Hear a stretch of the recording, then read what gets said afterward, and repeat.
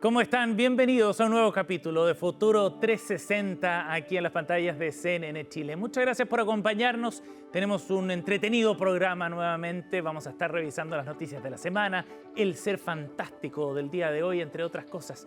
Comenzamos con nuestra edición de hoy.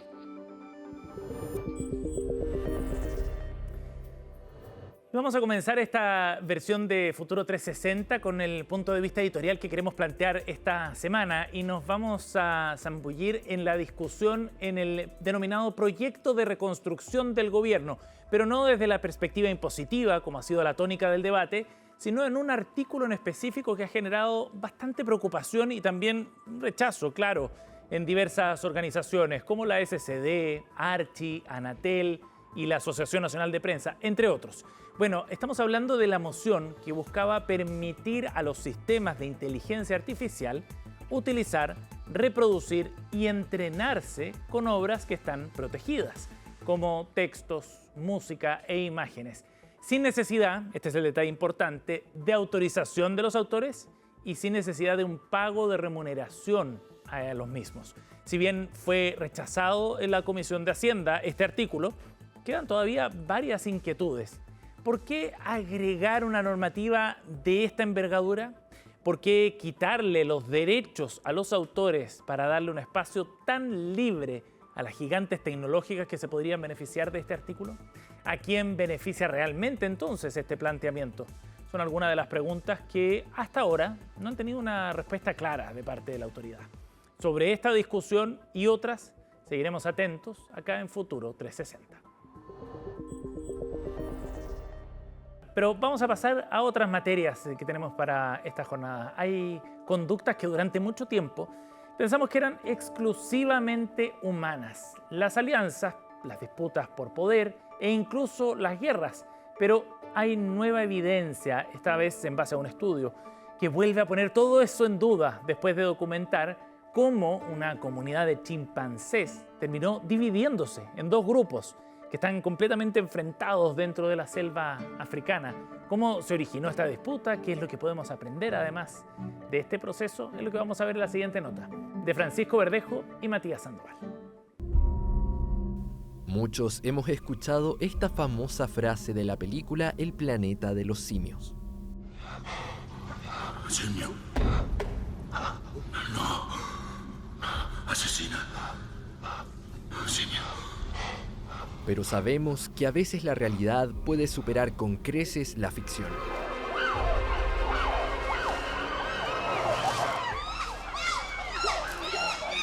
En el corazón del Parque Nacional Kibale, en Uganda, una de las comunidades de chimpancés más grandes está viviendo un verdadero conflicto letal entre ellos. Esto mediante ataques coordinados, persecuciones y muertes violentas. Pero lo que pasó justamente a partir del año 2018, se formaron habían ya ciertas como diferenciaciones, pero hubo un quiebre, ¿ya? Y con el resultado que quedamos con un grupo que se conoce como grupo central y un grupo occidental, ¿ya? Y lo interesante es además, este grupo central tiene mucho más individuos que el grupo occidental. Los investigadores comenzaron a notar pequeñas señales. Machos que dejaban de interactuar, grupos que evitaban cruzarse, patrullajes separados. La comunidad lentamente comenzó a dividirse. Y luego llegó la violencia. Ataques coordinados, emboscadas, muertes de chimpancés adultos e inclusive de crías. Excompañeros que comenzaron a enfrentarse como enemigos. Pero este conflicto no es nuevo. Los chimpancés son los parientes vivos más cercanos del ser humano. Comparten cerca del 99% de nuestro ADN y viven en sociedades increíblemente complejas. Forman alianzas, construyen jerarquías, cuidan vínculos y también pueden desarrollar rivalidades profundas. Durante décadas, los investigadores observaron cómo estas comunidades funcionaban casi como pequeñas sociedades organizadas. Los chimpancés tienen lo que se denominan comunidades abiertas, que son comunidades que pueden ser desde algunas decenas de ejemplares hasta más grandes, pero que se pueden fraccionar. Por eso se les llama también comunidades de fisión-fusión. O sea, pueden separarse, pero pueden unirse temporalmente o en ciertos rangos de tiempo razonables. Por ejemplo, se separan grupos de cacería, grupos de patrullaje del territorio, de repente se separan grupos de madres con crías o de hembras con crías, y así después se vuelven a juntar, pero forman parte de una comunidad que tienen jerarquía. Lo que se ha documentado a lo largo de la historia es que incluso tienen la capacidad de transmitir cultura de unos a otros. Entonces puede que un grupo tenga una forma de abordar los conflictos, como así otro también sea de otra forma. Hay llamados, en el fondo hay sonidos que nosotros lo llamamos vocalizaciones, que también son diferentes por grupo. Entonces sí, hay diferencias que ellos van a conocer muy bien. A partir de los 70, las investigaciones de Jane Goodall permitieron entender mejor a estos animales. Desde Tanzania, la etóloga documentó por primera vez enfrentamientos letales entre chimpancés. Grupos que antes convivían comenzaron a atacarse sistemáticamente, en lo que después sería conocido como la Guerra de Gombe.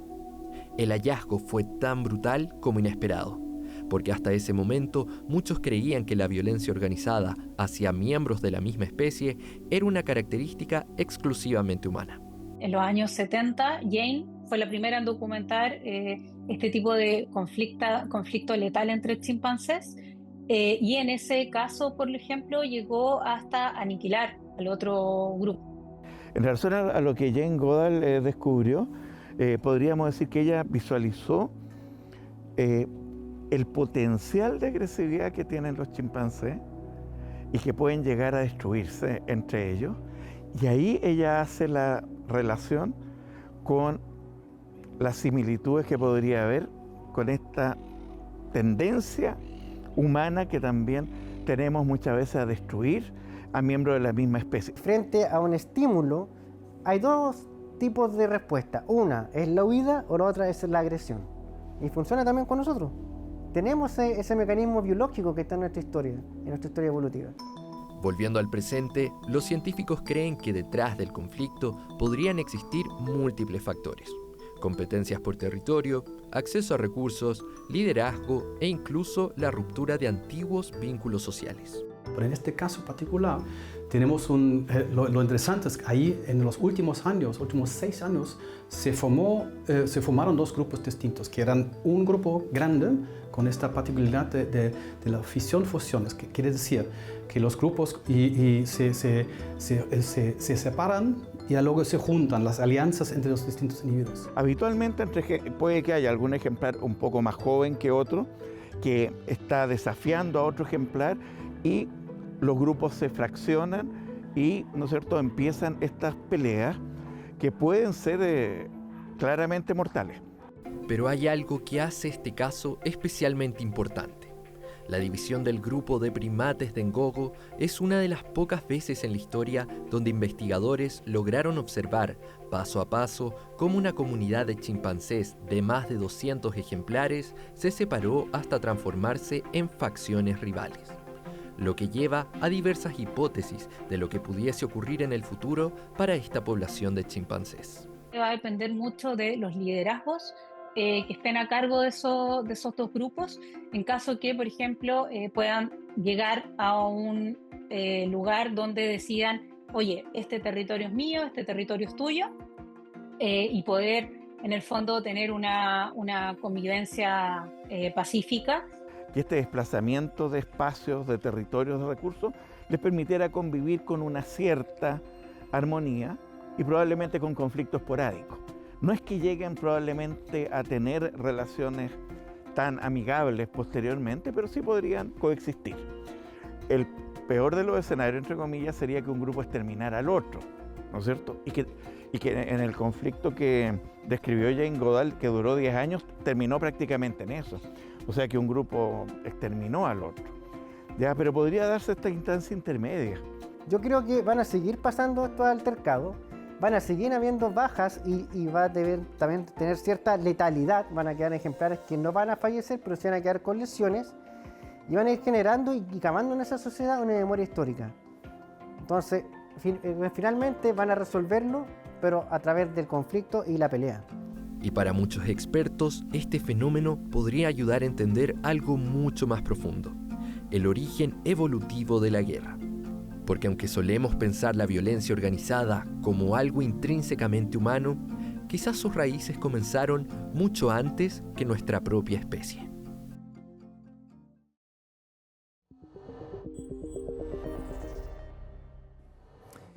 Nos vamos a ir a otro tema, nuestra sección, ya un clásico a estas alturas de Futuro 360, para presentarles el ser fantástico de esta semana. Es un testigo gigante, es silencioso e imponente y tiene miles de años de historia. A ver si ya se imaginan quién puede ser. Vive en el sur de Chile, muchas veces está oculto entre la niebla y la lluvia.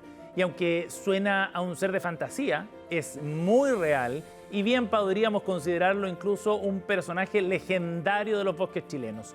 Estamos hablando del alerce patagónico, una especie perteneciente a nuestro ecosistema y que para muchos es en realidad el símbolo de sabiduría, de resistencia y sobre todo, ya van a entender muy bien esto, de memoria.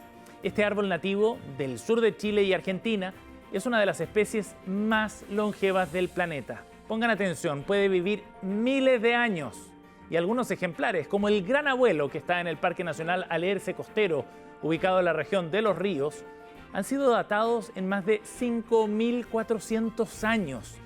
Eso ya lo convertiría en el árbol no clonal más antiguo conocido del mundo, incluso por sobre otros que son bien famosos, por ejemplo, el pino Matusalén de California.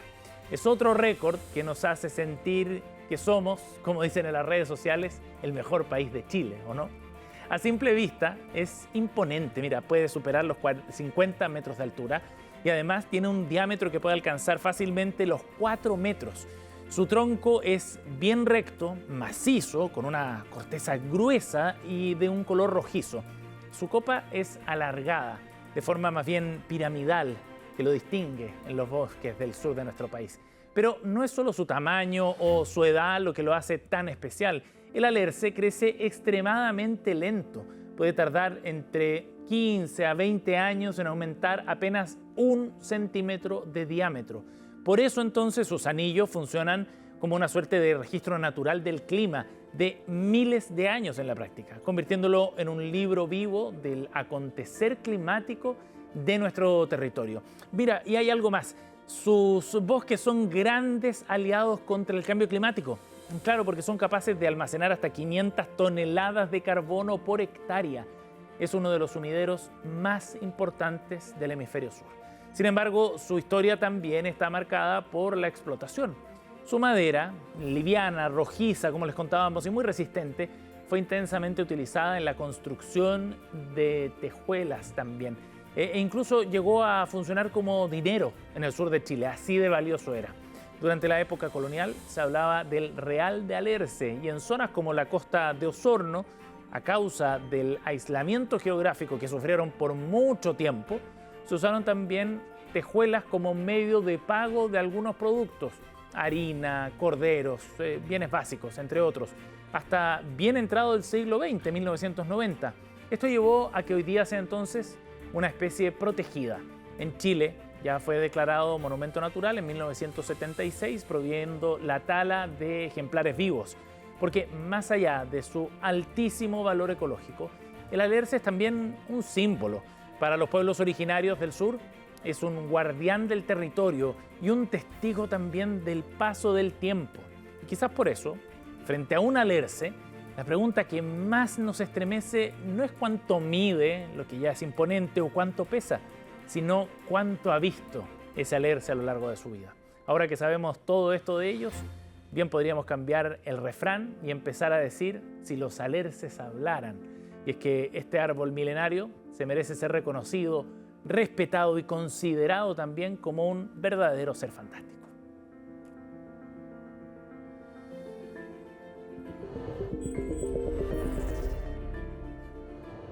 Nos vamos a otro tema. Cámaras trampa, vuelos sobre la Patagonia y también días enteros en zonas aisladas. De esa forma, está trabajando la Fundación Rewilding Chile para seguir el rastro del huemul, el ciervo más austral y una especie de la que quedan apenas 1.500 ejemplares.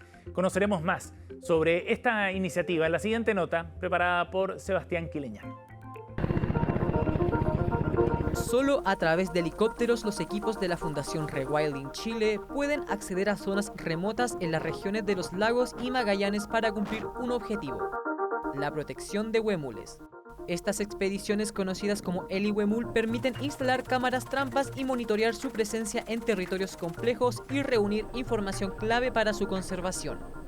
Es una enorme ventaja llegar con el apoyo de un helicóptero, ¿no es cierto?, a estos sectores altos, y desde ahí nos permite, digamos, llegar con toda la energía para hacer recorridos extensos ocupando los sectores altos, que es donde de alguna forma proyectamos que se concentra la actividad de huemul en esta zona. La instalación de estos equipos permite la observación y protección del ciervo más austral del mundo, el huemul, símbolo nacional que enfrenta una situación crítica. Quedan apenas 1.500 ejemplares, o sea, el 1% de su población original. Pero para lograr su protección, primero hay que encontrarlos, y en la Patagonia eso significa volar. Estas búsquedas, estas prospecciones y el monitoreo de estas áreas son bastante dirigidos, no es que se elija al azar, punto, sino que son una serie de lugares que reúnen ciertas características que a nosotros nos hace pensar que es muy alta la probabilidad de presencia de huemul en esos lugares. Estas campañas les permitieron hace unos meses, por ejemplo, confirmar las subpoblaciones de huemules más austral registrada en el Parque Nacional Cabo Froward en Magallanes. Las cámaras también captaron pumas, zorros culpeo y aves, generando un registro inédito de la fauna.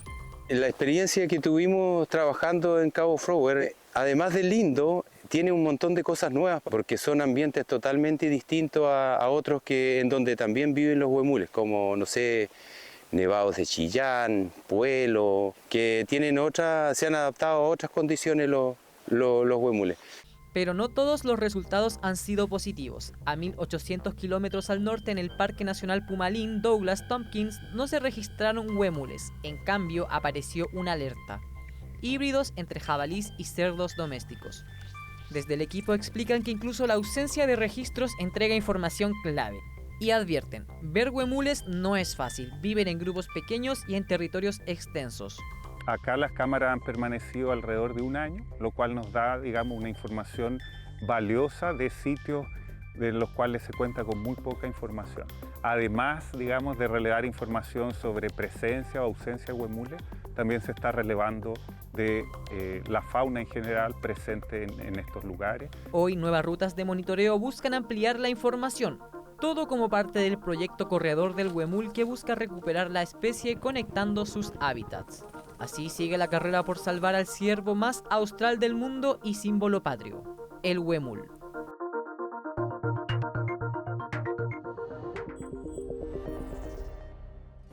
De esta forma nos vamos a ir a una pausa. No se vayan, al regreso volvemos con la entrevista de hoy aquí en Futuro 360.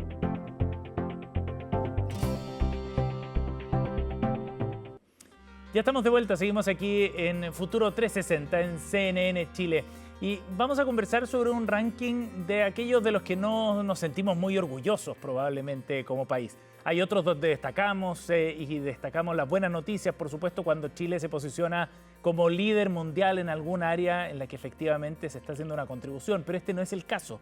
Estamos hablando de un ranking que muestra que 3 rellenos sanitarios chilenos están en el top 10 de mayores emisiones de metano a nivel mundial. Y esto evidentemente que supone un tremendo problema del que hay que hacerse cargo desde distintas formas. Vamos a conversar de este asunto, del ranking, de lo que está ocurriendo con el manejo del metano acá en Chile, junto al ex ministro de Medio Ambiente y CEO de Global Methane Hub, además es académico de la Pontificia Universidad Católica de Valparaíso. Marcelo Mena está con nosotros. ¿Cómo estás, Marcelo? Bien, encantado. Gracias por estar con nosotros, aunque sea por una noticia que no es muy alentadora, digamos, ¿no? El tener que hablar de esta posición de Chile en este ranking. Partamos por el ranking, el instrumento en sí mismo. ¿En qué consiste esto, Marcelo? Sí, hay, el año 2023 vino acá una misión de NASA que era para calibrar un instrumento nuevo que iban a lanzar un satélite que iba a ser capaz de poder rastrear las fuentes de metano, tanto de rellenos sanitarios como la extracción de petróleo y gas o las minas de carbón. Entonces, por lo tanto, ya sabíamos, ya habían medido los rellenos acá y algunos pozos petroleros de Napo en el sur y cosas por el estilo. Este satélite fue lanzado al espacio el año 2024 y lleva un año entero de medición. Y lo que hizo tanto la UCLA, la Universidad de California de Los Ángeles, más Naciones Unidas, ambos sacaron ranking más o menos al mismo tiempo, como dos semanas de diferencia, en la cual estos rellenos sanitarios, dos en Santiago y uno en Concepción, aparecen como de los más altos. Ahora, esto, habiendo sido profesor por muchos años, habiendo llevado a mis alumnos a estos rellenos sanitarios, desde el punto de vista ambiental, juntar la basura en un lugar, capturar el lixiviado para que no contamine las napas, tenerlos cerrados para que no sean abiertos, todas esas cosas son cosas positivas. Lo que ocurre es que ahora, con esta mirada nueva de cambio climático, somos capaces de poder ver antes lo que era invisible. Entonces, si bien éramos capaces de capturar 50% de ese gas, ese otro 50% es una verdadera chimenea de emisiones que puede significar emisión equivalente a lo que es una termoeléctrica, a carbón que se enciende cuando estas emisiones ocurren. Eso te iba a decir, es tremendamente dañino para el medio ambiente y un factor súper importante a la hora de analizar el cambio climático hoy día. De todas maneras, pero también por otro lado, la misma empresa han ido poniéndose como al día en este contexto. Entonces, por ejemplo, una de las grandes empresas que está ahí, ella ya está a través de bonos de carbono que hizo el gobierno saliente, va a recibir financiamiento para poder mejorar la captura, para tener más turbinas de generación. Hay otra empresa que está pensando comprar baterías de almacenamiento, porque hay un problema que está ocurriendo, que hay tanta energía solar de día que no se despacha ninguna fuente que no sea solar. De día estamos a puro solar, básicamente, y si se requiere más energía se prenden otros tipos de centrales. Y estas centrales que quedaron apagadas son las de gas natural. Y como no tienen cómo acumular este gas, porque si no se ventila, entonces está ocurriendo este problema. Entonces también esto se puede ajustar en forma bastante rápida, simplemente alterando el despacho para que estas fuentes estén priorizadas. Porque si no se despacha la energía solar, no pasa nada. Es un tema que hemos abordado acá en los especiales del mercado eléctrico, acá en Futuro 360. ¿Por qué hay un problema con el tema del despacho, Marcelo? Bueno, en este caso es porque como tiene un costo variable y la forma en la cual nosotros hacemos este despacho tiene que ver con el costo marginal, y el costo marginal de energía solar es cero, entonces cualquier otra fuente no compite. Entonces, si uno mira la cantidad de horas en las cuales ellos no generan, son justamente en verano y justamente durante el día y durante la noche es donde están generando. Entonces, acá es una novedad porque nunca había ocurrido que ocurriera un fenómeno de un deterioro ambiental por no despachar.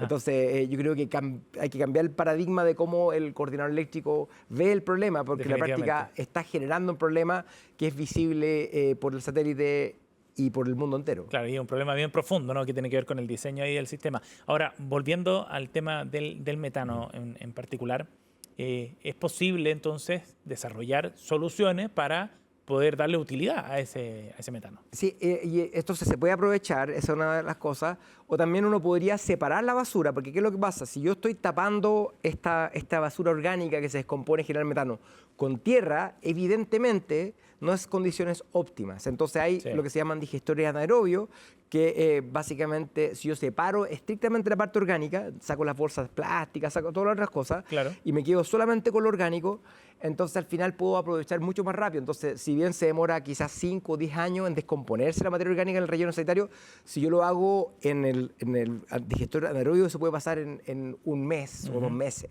Y por tanto, si yo como solución, si se me está acabando mi relleno sanitario en su espacio, también es una forma de poder acelerar el mejor uso y detener que esté básicamente esta basura ocupando espacio y contaminando por muchos años por delante. Ahora, te preguntaba por las soluciones porque el factor económico aquí puede ser súper relevante, ¿no? O sea, si se le puede dar una utilidad y eventualmente generar un buen negocio a partir del uso de ese metano, se abren más caminos de solución para tratar estos vertederos, ¿o no? Exactamente, y acá hay un ejemplo que me gustó mucho de México, porque anticipándose a los problemas que tenemos hoy día, Santiago hacia el sur va a tener problemas de que se le haga la vía útil a este relleno.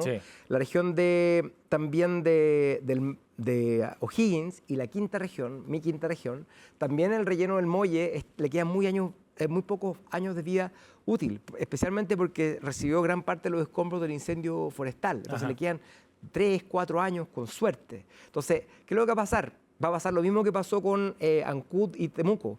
Van a empezar a tirar el basura en un lugar cada vez más lejano. Sí. Entonces, me tocó ver como un poco el futuro de lo que viene con México. ¿Qué hacen ahí? Hace poco. Y una cuestión que se dio en los últimos 6 meses, una cuestión espectacular.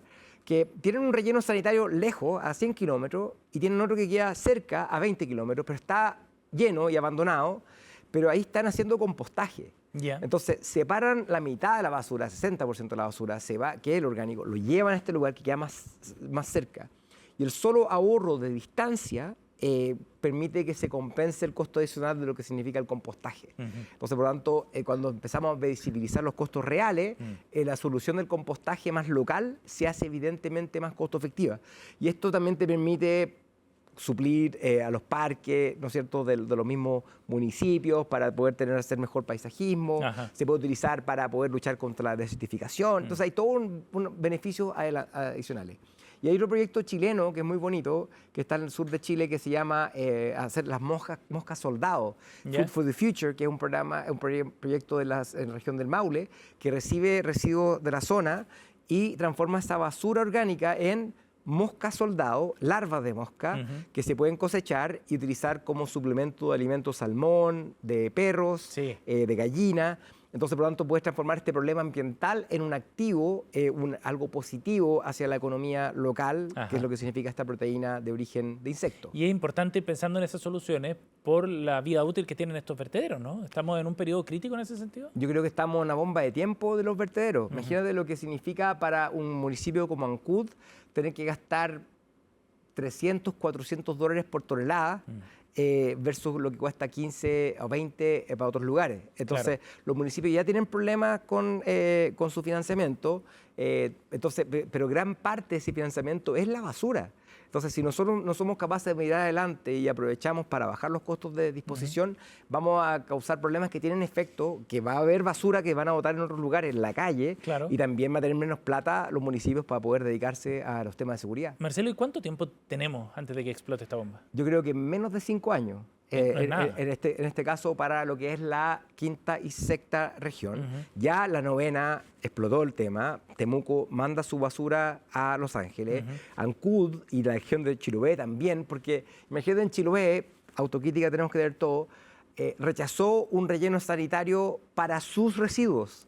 Y decidió empezar a mandarlo a Los Ángeles, al continente. No tiene mucha racionalidad lo que estamos haciendo. Entonces, imagínense lo que el camión que ya cuesta que vaya a pasar a sacar la basura, ya su última ronda termina y en vez de irse para el basural, se manda 600 kilómetros en carretera, cruzando por una balsa para resolver algo que se podía haber hecho localmente. Marcelo, ahora volviendo al tema del ranking, ¿por qué Chile tiene estos vertederos que generan tantas emisiones de metano? ¿Hay características locales, geográficas, de radiación? ¿Qué es lo que influye para estar en este top 10? Es una cuestión que obviamente como académico me empecé a meter, porque en términos de métrica de kilos de metano por kilo de residuo generado es significativamente más alto. Lo que ocurre es lo siguiente: Europa no tiene este problema porque no tiene mucho relleno sanitario y los que tiene los tiene más dispersos. Los países en vía de desarrollo más pobres no tienen la plata para la disposición final y muchas veces queman la basura, hay relleno, hay basurales abiertos, mucho más dispersados. Acá tenemos un sistema en que nosotros concentramos la basura, tratamos de aprovecharla, pero por la razón que te comentaba, entre que no se puede despachar la energía, que no somos tan eficientes en capturarlo, que los mismos mercados de carbono que algún momento gatillaron que se llegaran a caer la inversión se debilitaron por un tiempo, ahora están volviendo. Pero esas son las cosas y es seco. Entonces, paradojalmente, cuando llueve, se inhibe un poco el movimiento del gas, se va como tapando, en cierta forma sellando, entonces bajando las emisiones. Entonces esta combinación de entre seco y alta temperatura causa que Chile tenga estas mayores emisiones al resto del mundo. Fatal. Ahora, ¿cómo enmarcamos esto en la discusión global respecto al metano? Hoy día se está trabajando en este tema, tú encabezas precisamente una alianza que busca tomar más conciencia sobre este asunto, trabajar en disminuir la generación de metano al ambiente. Bueno, ¿de qué forma nos podemos articular como país con esa iniciativa a nivel global? El gobierno pasado, y yo creo que este próximo gobierno también va a seguir lo mismo, lideró un movimiento de Latinoamérica para sacar los orgánicos del relleno sanitario y abordar el metano en forma urgente, porque lo que nos pasa también, el número 2 en el ranking está Brasil, está México, entonces, y Colombia a la vuelta de la esquina, entonces tenemos una gran cantidad. Argentina es el número 1 en cuanto al relleno sanitario más contaminante. Entonces hay un desafío común, que tenemos esta cosa de los ingresos medios, de que tenemos plata para juntar la basura, pero no toda la plata para poder tratarla como corresponde. Claro. Entonces eso es lo que habría que hacer. Y eso significa que el trámite de la ley de orgánicos que está haciendo hoy día el Congreso debería acelerarse, porque eso permite sacarle la mitad de la basura y disponer de ella en una forma más eficiente y más descentralizada. Esto también mucho más inclusivamente, porque acá también los recicladores de base, que son parte importante de nuestro sistema de gestión, también pueden ser parte de esta solución. Y yo creo que esto no va a parar, porque la cumbre climática de la COP31, el champion de la COP, viene de la Fundación Cero Residuo. El próximo junio vamos a estar junto a él en el foro de Cero Residuo. Tenemos un convenio firmado y, por lo tanto, la agenda del metano y residuo va a ser absolutamente muy potente estas próximas cumbres que vienen. ¿Y qué bajada local puede tener eso? Desde el punto de vista, por ejemplo, de temas como el compostaje, que son mucho más domésticos. Sí, o sea, básicamente uno espera que lo que encontremos en el gobierno con el financiamiento que tiene ya, por ejemplo, el royalty minero, que viene con una glosa de economía circular, que seamos capaces de diseñar sistemas que permiten separar lo orgánico, tratarlo en forma mucho más deliberada.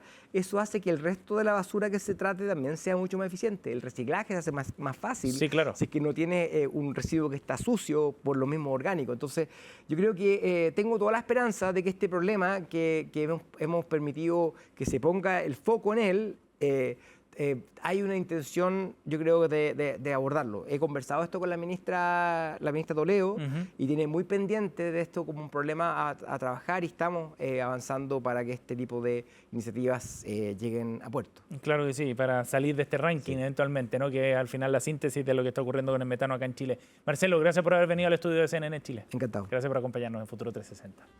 Con esta entrevista nos vamos a ir a una pausa y ya volvemos, seguimos con más aquí en CNN Chile. No se vayan.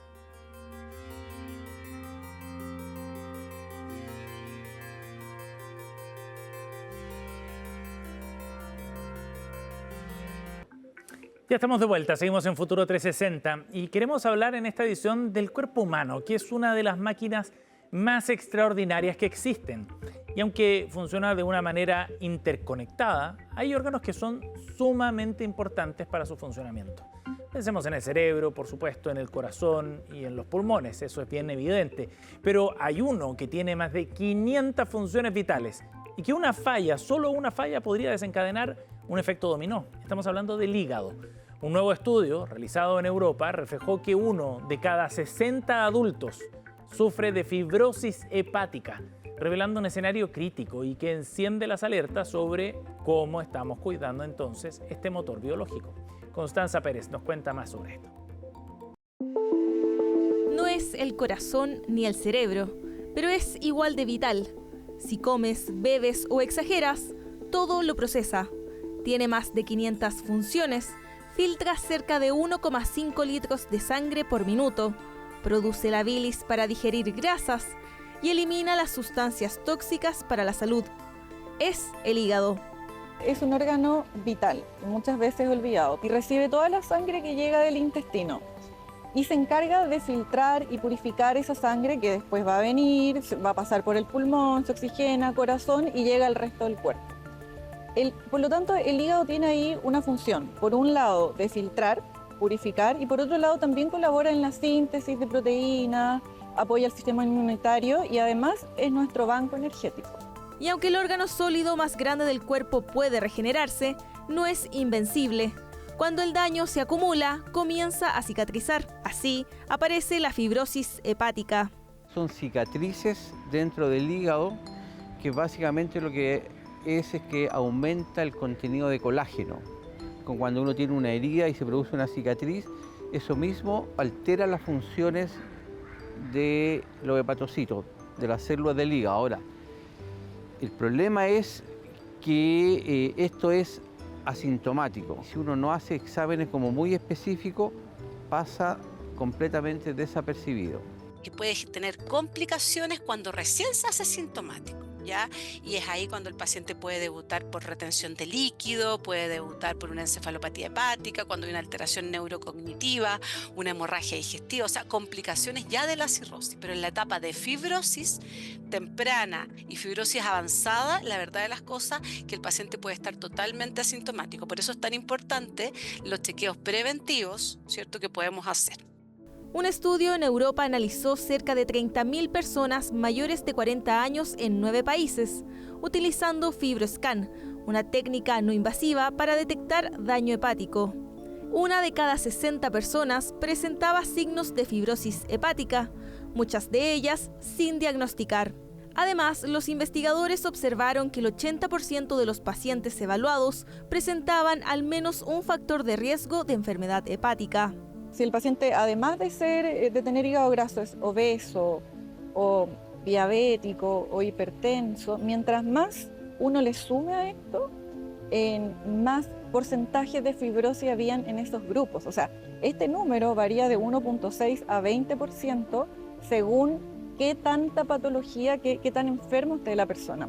Los factores de riesgo que se llaman cardiometabólicos hace que la frecuencia de la fibrosis aumente en forma significativa y esta sea la causa más importante. De hecho, en muchos estudios así que se ha hecho fuera de Chile y uno que hicimos nosotros, en población aparentemente sana, 8% puede tener fibrosis en forma asintomática.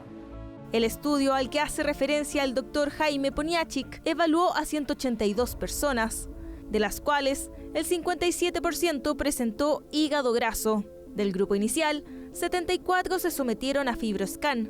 En ellos se encontró que el 8% tenía rastros de fibrosis hepática, pese a no mostrar señales.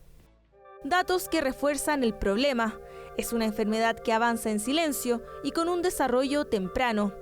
Detrás de este daño están factores cada vez más comunes: sobrepeso, mala alimentación y consumo de alcohol, entre otros malos hábitos. Para desarrollar la fibrosis necesitamos 2 a 3 décadas para llegar. Entonces, antiguamente decíamos que la mediana de edad a la que el paciente presentaba la cirrosis era los 60 años. Pero hoy día, como la enfermedad y estos factores de riesgo están partiendo a más temprana edad y no están siendo modificados, es esperable que la cirrosis hepática la empecemos a ver en población mucho más joven, peri 40. La buena noticia es que detectarlo a tiempo puede hacer la diferencia. Hoy existen herramientas no invasivas como el FibroScan que permiten identificar el daño en sus primeras etapas. La clave está en llevar un chequeo médico constante, pero en el día a día podemos hacer mucho más por cuidarlo. Los pilares principales y los que determinan realmente el pronóstico a largo plazo es el estilo de vida saludable, ¿ya? ¿Y qué significa estilo de vida saludable? Alimentación, una alimentación baja en ultraprocesados, en azúcares refinados. A ello se le suma la actividad física.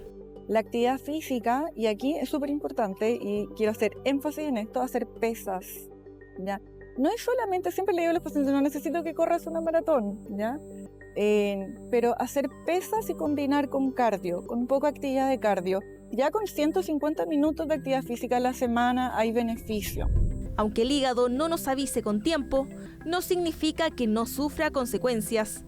Cuidarlo no es una opción, es una necesidad.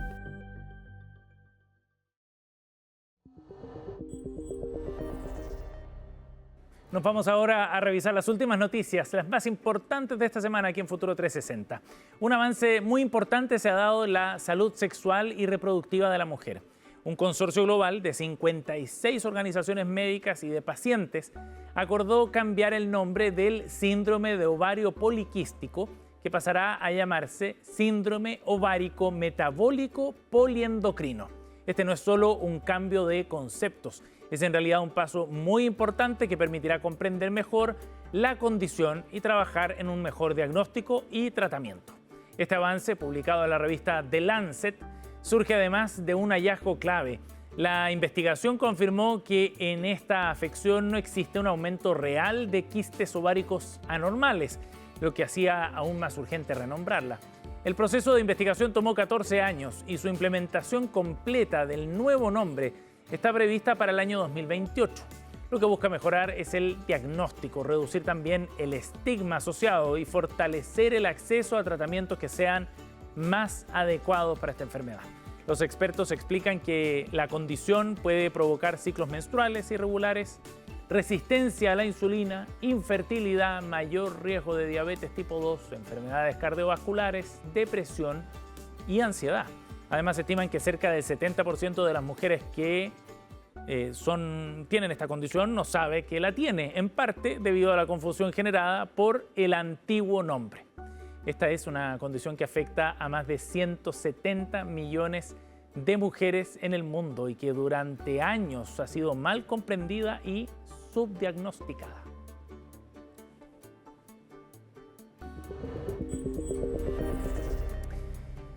Vamos a cambiar de tema. El complejo volcánico Laguna del Maule, en la región del Maule, registra un aumento de actividad sísmica que ha sido monitoreado por las autoridades, aunque los organismos técnicos llaman a la calma al tratarse de un comportamiento habitual en este tipo de sistemas volcánicos.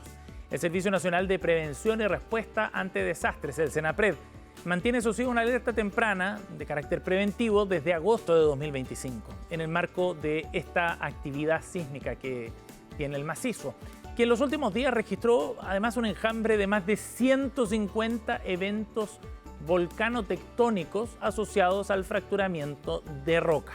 Pese a esto, el Servicio Nacional de Geología y Minería mantiene el volcán en alerta técnica verde, correspondiente a un estado de reposo con actividad menor. Desde el organismo señalan que estos enjambres son esperables en sistemas volcánicos activos y que no implican necesariamente una erupción. Las autoridades mantienen además un perímetro de seguridad de 2 kilómetros alrededor de la zona de mayor emanación de dióxido de carbono. El complejo abarca cerca de 500 kilómetros cuadrados, con más de 130 centros de emisión y parte en territorio argentino. Estudios científicos han detectado inflación del terreno desde 2007 asociada a movimientos de magma en profundidad, sin que esto haya derivado en erupciones recientes.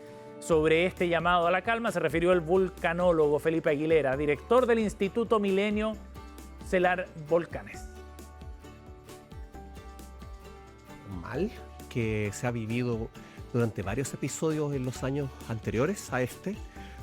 Corresponde principalmente a eventos sísmicos que se llaman volcanotectónicos y que responden principalmente al movimiento de fallas.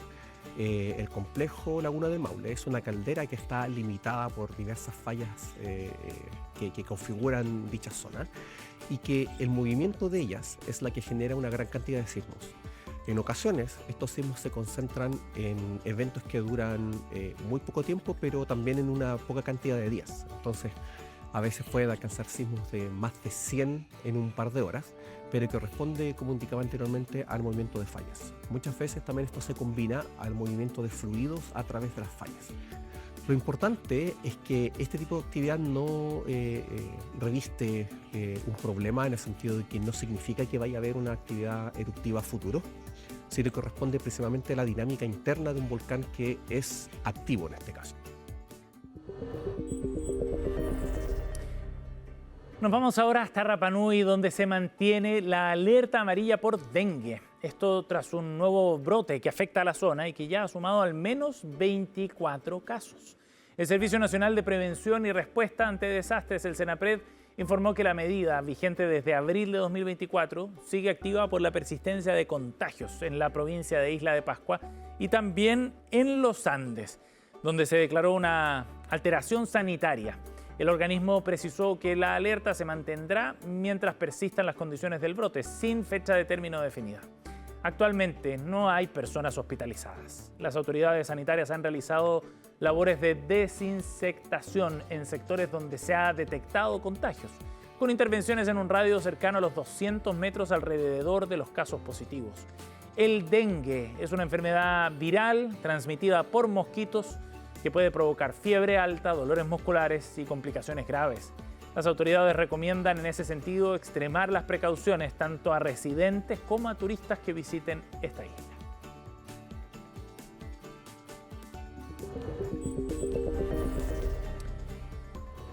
Un estudio publicado en la revista científica Nature advierte que la Amazonía podría comenzar con una transición gradual hacia un ecosistema degradado, similar a una pradera, si es que continúan la deforestación y el calentamiento global.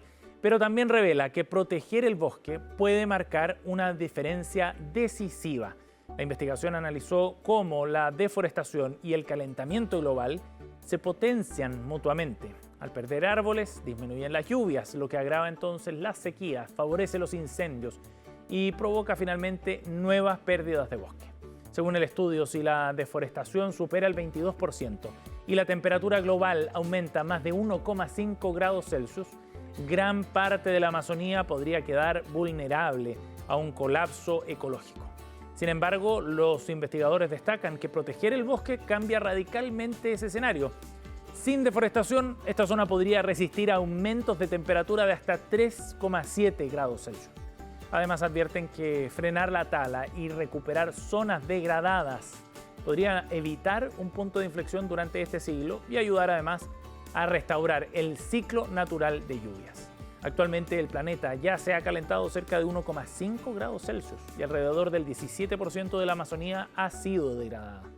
Los autores estiman que si las tendencias continúan, la zona de riesgo podría alcanzarse en unos 25 años, por lo que consideran urgente avanzar hacia la deforestación cero y la restauración de grandes extensiones de bosque.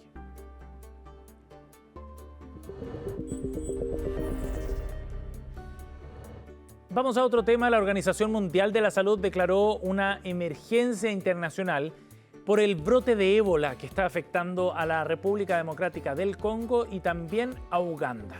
Esto por el aumento de casos y el riesgo de propagación transfronteriza. El brote está asociado al virus Bundibugyo, una variante para la que actualmente no existen vacunas y tampoco tratamientos específicos que estén aprobados.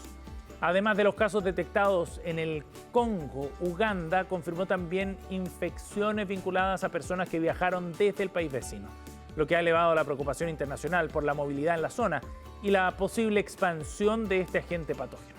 La OMS advirtió que el alcance real del brote podría ser incluso mayor al detectado hasta ahora y llamó a reforzar la vigilancia, el rastreo de contactos y las medidas de prevención en centros de salud. También pidió fortalecer el trabajo con líderes comunitarios y religiosos para apoyar la identificación de casos y la educación sobre los riesgos de contagio. El ébola se transmite por contacto con fluidos corporales y puede provocar fiebre alta, debilidad intensa y hemorragias graves. La tasa de mortalidad puede alcanzar entre un 60 y un 80%.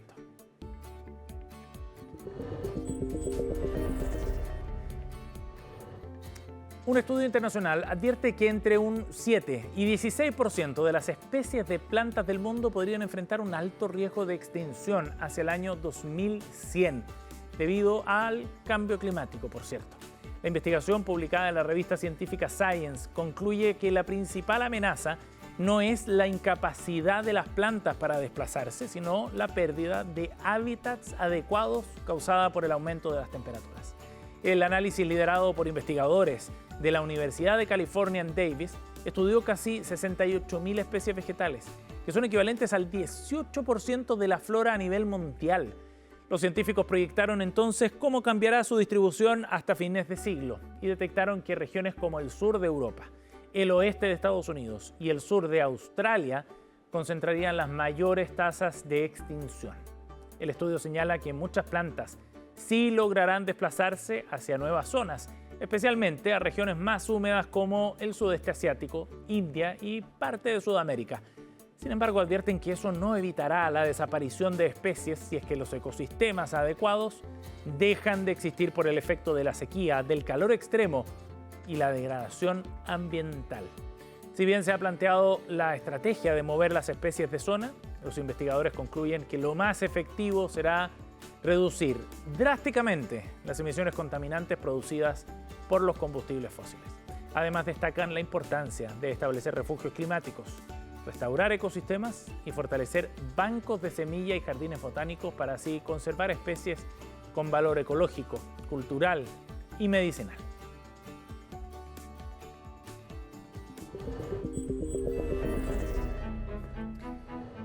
De esta forma estamos cerrando esta edición de Futuro 360. Muchas gracias por acompañarnos. Recuerden que si ustedes quieren compartir parte del contenido que han visto en este capítulo, pueden hacerlo desde nuestras redes sociales directamente. Nos vemos a la próxima. Chao.